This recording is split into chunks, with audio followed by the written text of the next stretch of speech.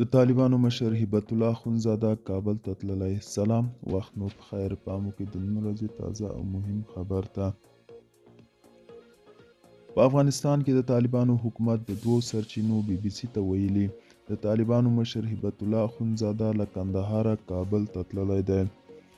دغو سرچینو حفیظ الله معروف ته ویلي ښاغلي اخندزاده په کابل کې د طالبانو د والیانو او ولایتي امنیه قوماندانانو یوه غونډې ته خبرې هم وکړي. دا دویم ځل دی چې د طالب مشر په افغانستان د طالبانو له واکمنۍ وروسته له کندهاره کابل ته ځي. په کابل کې له تېرو 3 ورځو راهیسې له ټولو ولایتونو د طالبانو حکومت والیان او امنیه قوماندانان 3 ورځنۍ غونډې ته حاضر شوي دي.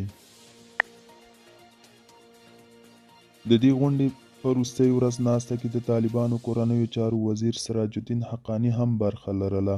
د طالبانو له کورنیو چارو وزارت هم ویلي چې دغه کتنه شوې خو ځای په اړه یې څه نه دي ویلي.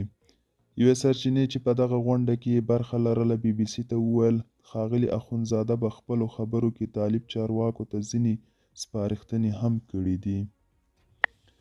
دا هم روښانه نه ده چې د طالبانو رهبر له کندهاره کابل ته په الوتکه کې تللی او که د سړک له لارې ولاړی دی. ښاغلي اخندزاده ډیر وخت په کندهار کې اوسیږي او ځینې وخت د کابل د کابینې وزیرانو د غونډو لپاره هغه ولایت ته ورځي. پر نوموړي نیوکه کیږي چې بهرنیو میلمنو او خبریالانو سره نه ګوري.